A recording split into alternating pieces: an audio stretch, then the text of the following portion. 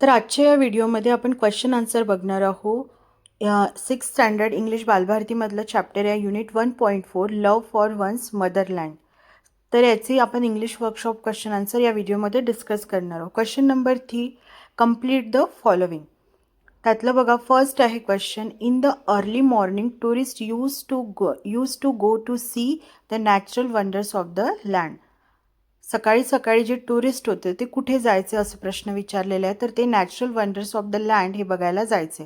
Question number 2, the king treated the tourist as. जो king होता तो कशा पद्धतीने टुरिस्टला ट्रीट करायचा. The king treated the tourist as a royal guest.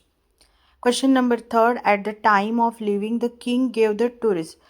जेव्हा ते टुरिस्ट आपल्या देशात जायला निघाले तेव्हा राजाने त्यांना काय दिलं. So the king gave the tourists lots of costly presents. So question number 4 आहे, read, find and complete. Mention the features of Ethiopia. तुम्हाला या आन्सरमध्ये इथिओपिया या कंट्रीचे फीचर्स मेन्शन करायचे, म्हणजे तिथे काय काय बघण्यासारखं होतं किंवा काय त्याची खासियत होती. तर त्यातलं पहिलं असणाऱ्या 3 पॉईंटमध्ये आपल्याला हे आन्सर लिहायचं आहे. फर्स्ट आहे नॅचरल ब्युटी अँड रिव्हर्स, किंवा तुम्ही हे पण लिहू शकता fantastic natural scenery. Second, rich history and legends attach to the country. Third आहे प्लेसेस वर्थ सीइंग किंवा वंडरफुल लँड. हे 3 पॉईंट्स तुम्हाला तिथे ॲड करायचे आहेत.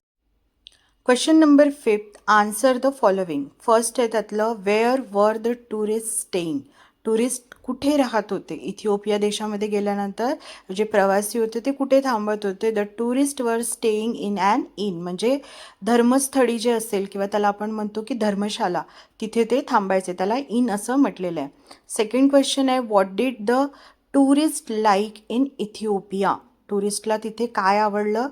The tourist like the natural beauty, rivers and the people of Ethiopia. तिथले लोकसुद्धा त्यांना खूप आवडलेत. Third question, why did the tourist approach the king.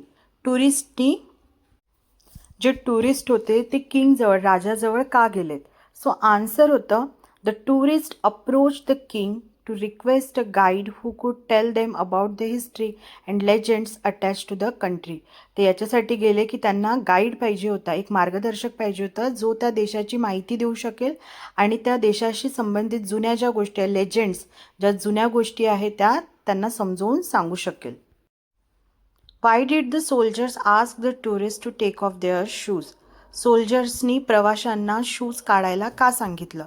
Answer, the soldiers ask the tourist to take off their shoes so that they could dust their shoes clean, ensuring the tourists did not take even a particle of Ethiopia's soil back with them because the people loved their soil more than their own lives. आपण बघितलं होतं की जे इथिओपियाचे लोक होते ते आपल्या देशावर खूप प्रेम करत होते, म्हणून त्यांना वाटत होतं की इथिओपियाची जी माती आहे ते हे टुरिस्ट आपल्या शूजमध्ये लावून किंवा आपल्या शूजसोबत दुसऱ्या देशात गेली नाही पाहिजे, आणि कारण ते त्यांच्या जीवापेक्षा पण जास्त आपल्या देशावर प्रेम करायचे. Why did the Ethiopians feel shy to speak with the Europeans. जे इथिओपियन्स लोक होते ते युरोपियन्सशी बोलायसाठी खूप लाजायचे, पण का. The answer, the Ethiopians were simple people and felt shy because the foreigners looked strange to them and spoke a different language. जे foreigners होते, जे युरोपियन्स होते ते त्यांना विचित्र वाटायचे किंवा वेगळे, त्यांच्यापेक्षा वेगळे दिसायचे आणि ते वेगळी भाषा बोलायचे जे इथिओपियन्स लोकांना समजायची नाही, म्हणून ते थोडे शाय फील करायचे. नेक्स्ट क्वेश्चन आहे, how do you show love for your country. तुम्ही तुमचं प्रेम तुमच्या देशासाठी कसं व्यक्त कराल किंवा कसं दाखवता.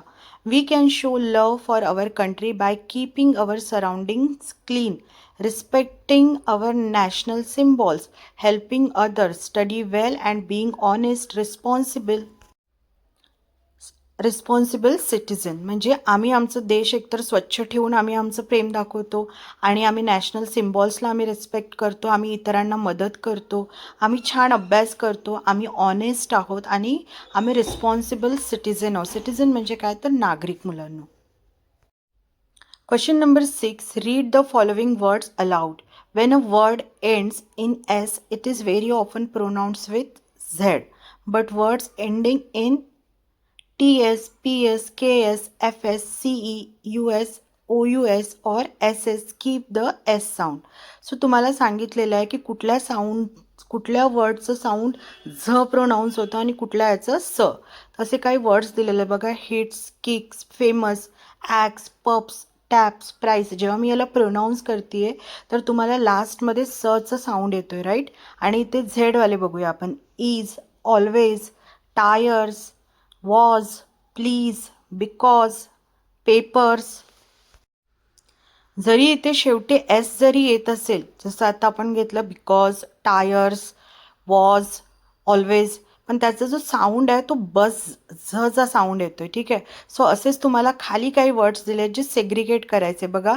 Put the following words in a appropriate column according to the sounds S and Z. These outside बघा, these outside, instead, permission, surprise, memories. So हे काही वर्ड्स आहेत जे तुम्हाला स आणि झ या कॉलममध्ये सेग्रिगेट करून लिहायचं आहे. आता याचा आन्सर बघा. एसच्या कॉलममध्ये काय येणार आहे? Outside, permission, surprise. आणि झेडच्या कॉलममध्ये येणार these, instead, memories. Question number 7. Understand and discuss types of pronouns. तुम्हाला टाईप्स ऑफ प्रोनाऊन्स दिलेले आहेत ते. आता पर्सनल प्रोनाऊन, आय होप तुम्हाला प्रोनाऊन म्हणजे माहिती असेल. प्रोनाऊन हे आपण नाऊनच्या जागेवर यूज करत असतो. आता याचे 3 टाईप्स तुम्हाला दिलेले आहे. फर्स्ट आहे personal pronoun, second relative pronoun, third demonstrative pronoun. आपण समजून घेऊया पर्सनल प्रोनाऊन कोणाला म्हणतात. Represent people, place or thing. ठीक आहे, हे रिप्रेझेंट करतं पीपल, प्लेस आणि गोष्टींना, थिंग्स. आता एक्झाम्पल झालं I, me, he, him, she, her, it, you, we, us, they, them. आता तुम्हाला एक एक्झाम्पल पण दिलेलं बघा.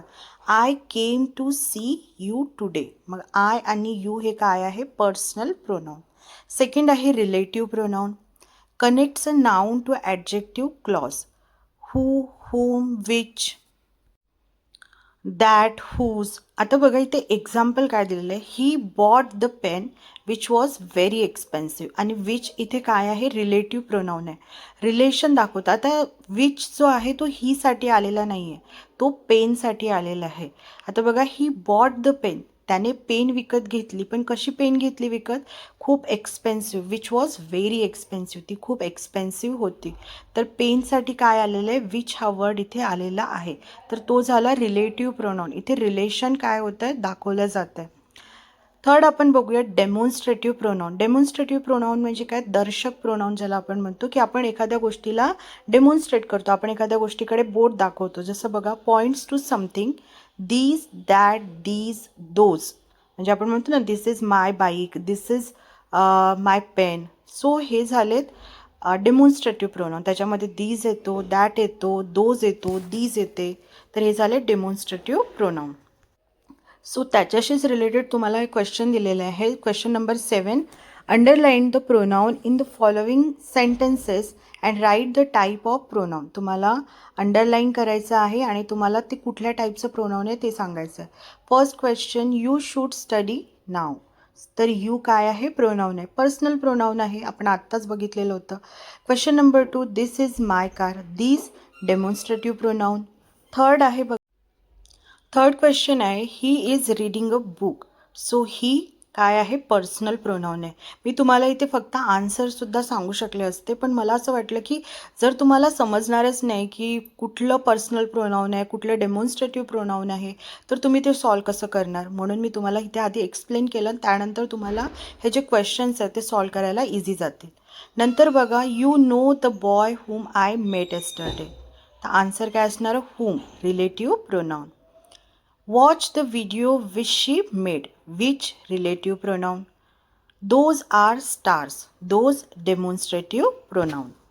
आहे की नाही सोपं? चला आता नेक्स्ट क्वेश्चन बघूया. Question number 8. Complete the story. तुम्हाला इथे स्टोरी कंप्लीट करायची. टायटल आहे शिरीष कुमार अ ब्रेव पॅट्रिओट. पॅट्रिओट म्हणजे काय? तर ज्यांनी देशासाठी बलिदान दिलेलं आहे, ज्याला मराठीत शब्द आहे हुतात्मा होणे. Long ago, when India was under British rule, there lived a brave boy named Shirish Kumar. In Nandurbar district of Maharashtra, he loved his country. When a difficult time came for the nation, he did not remain silent. One day, people gathered to protest peacefully for freedom. Shirish Kumar joined them with great courage. He was not afraid of danger because his love for the nation was stronger than fear. During the protest, Shirish Kumar was injured, but he did not step back. His sacrifice showed the power of courage and honesty. The people of Nandurbar remember him with pride. Shirish Kumar's life teaches us to be brave, truthful, and responsible citizens. We should always stand for justice and love our country. I hope student तुम्हाला हा video समजला असेल आणि हा video helpful वाटत असेल तुम्हाला तुमच्या स्टडीजसाठी तर नक्की व्हिडिओला लाईक करा, शेअर करा आणि चॅनलवर नवीन असणार तर चॅनलला सबस्क्राईब करा. Thank you for watching.